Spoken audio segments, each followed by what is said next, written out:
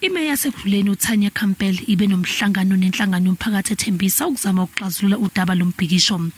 Imeya ithi bafinyelele esivumelwaneni nomphakathi kanye nekomiti.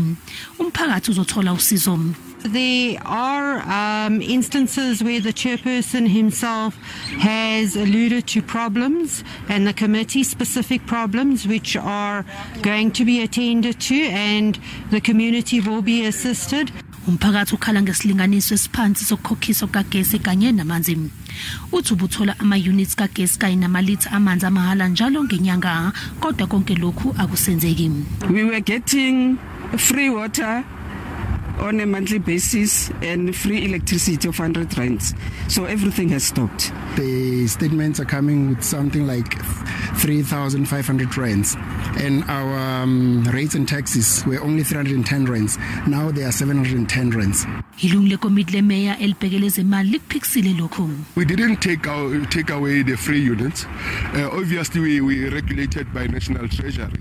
National Treasury has been telling us for past 5 years that we have to reduce our free basic services to our residents. Imeya ithi ikhona imindeni edla imbuyangothi edinga ukulekelelwa. Free basic services are meant for the poor of the poor. They are meant for people who cannot afford services, not people who can afford it, and people who are taking advantage of not paying their electricity when they can be paying for their electricity. Inhlangano yomphakathi eTembisa Forum iziqhelelanisi nalombhikisho kodwa yathi ayiziqhelelanisi nomphakathi. We've come to an agreement to say when we go back to the community, the mayor will meet the community halfway by coming to the community on Friday.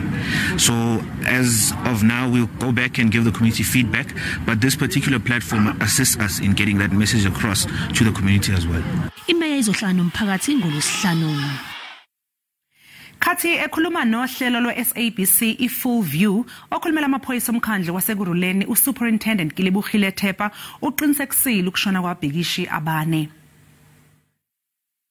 We have noted 2 more fatalities as a result of this action. However, it's only alleged that this emanated from an attempted ATM bombing.